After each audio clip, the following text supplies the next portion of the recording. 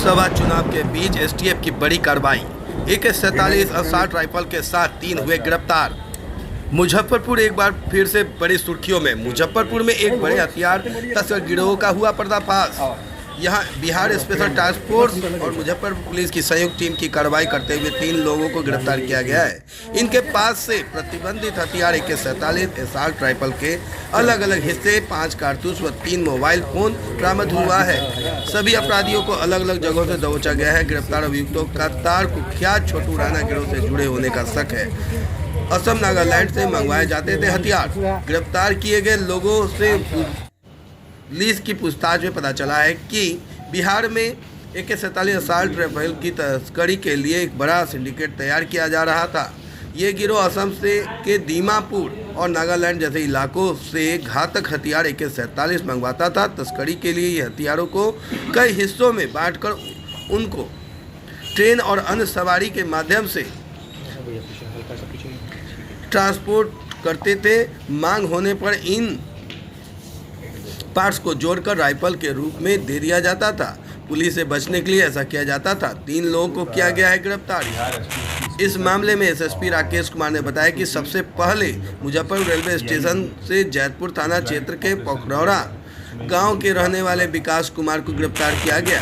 उसके पास AK-47 का but और लेंस बरामद हुआ है। इसके बाद विकास से पूछताछ के दौरान मिली जानकारी के आधार पर वैशाली के अनजान पीर वार्ड नंबर 4 निवासी सत्यम कुमार को AK-47 के अन्य पार्ट्स के साथ गिरफ्तार किया गया। इसके बाद मुजफ्फरपुर से ही अनीस को AK-47 के अन्य हिस्सों के साथ गिरफ्तार किया गया है। आइए जानते हैं क्या कुछ कहते हैं SSP राकेश कुमार, सुनते हैं उनकी जुबानी। जब इन तीनों को सर्च किया गया तो इनके पास से उस वेपन से संबंधित एक जो बट होता है, जो पीछे का पार्ट होता है, वो मिला और एक दूरबीन मिली।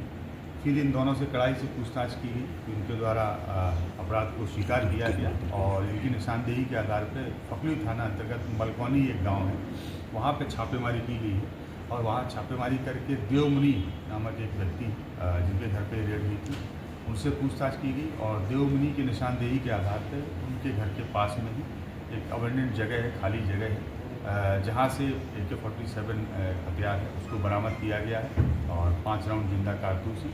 इस प्रकार से इस पूरे घटनाक्रम में 3 लोगों की गिरफ्तारी की गई, जिसमें से एक का नाम विकास है, दूसरे का नाम सत्यम है और तीसरे व्यक्ति का नाम देवमुनि है। उनके पास से 3 मोबाइल भी हम लोगों ने जब्त किए और जो ये हथियार जब्त किया गया ये काफ़ी सोफिस्टिकेटेड हथियार है, ऑटोमेटिक राइफल है, AK-47 असॉल्ट राइफल के रूप में इसको जाना जाता है और इन तीनों से ही काफ़ी डिटेल्ड पूछताछ की गई है। पूछताछ के दौरान काफ़ी बातें हम लोग के प्रकाश में आई हैं, काफ़ी इनपुट्स हम लोगों को मिले हैं, चाहे वो बैकवर्ड लिंकेज के रूप में हो या फॉरवर्ड लिंकेज के रूप में हो, मतलब ये हथियार कहाँ से लाते थे और कहाँ कहाँ इनके द्वारा सप्लाई किए गए, उस इनपुट्स के आधार पर हम लोग काम कर रहे हैं और इसमें जो अन्य फर्दर डेवलपमेंट्स होंगे उसके बारे में आप लोगों को आगे बताया जाएगा। किसी गिरोह से इनका तार जुड़ा हुआ था? क्योंकि अनुसंधान बाधित नहीं हो इसलिए बहुत सारी चीज़ों को अभी हम लोग डिस्क्लोज नहीं कर सकते हैं, लेकिन बहुत शीघ्र ही आप लोगों को इसके कुछ अन्य रिजल्ट हैं वो देखने को मिलेंगे और उससे हम आप लोगों को अवगत भी करेंगे। चुनाव के समय इतना बड़ा हथियार मिलना अपने आप में बहुत बड़ी बात है और ये निश्चित रूप से बड़े गिरोह का ओर इशारा कर रहा है।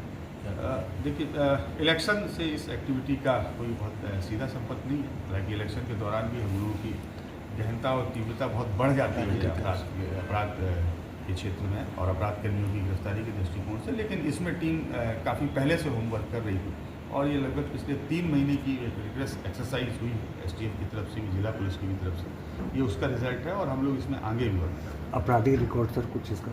इनका आपराधिक रिकॉर्ड्स हम लोग अभी प्राप्त कर रहे हैं दूसरे अन्य जिलों से और देर शाम तक आप सुनील ठाकुर के मामले में भी 47 की बरामदगी को लेकर किया जा रहा है, इससे रिलेटेड है क्या? अभी इसमें हम लोग कुछ नहीं बोल सकते क्योंकि इन्वेस्टिगेशन नहीं बाधित हो, इसलिए अभी जो दूसरे फैक्ट्स हैं उनको शेयर करना चाहिए।